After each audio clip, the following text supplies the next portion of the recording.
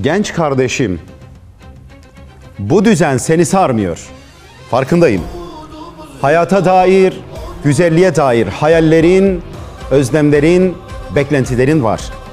Çözümsüz siyasete, değişmeyen düzene itirazın var. Kısır döngüden, yersiz ve gereksiz tartışmalardan rahatsızsın. Rahatsızız. Değişmeyen alışkanlıklar, klişe cümleler, sonuçsuz kalan beyhude uğraşlar. Bir sınavdan başka bir sınava koşturup durmaktan bıktın, biliyorum. Haykırıyorsun, sesin duyulmuyor. Farkındayım.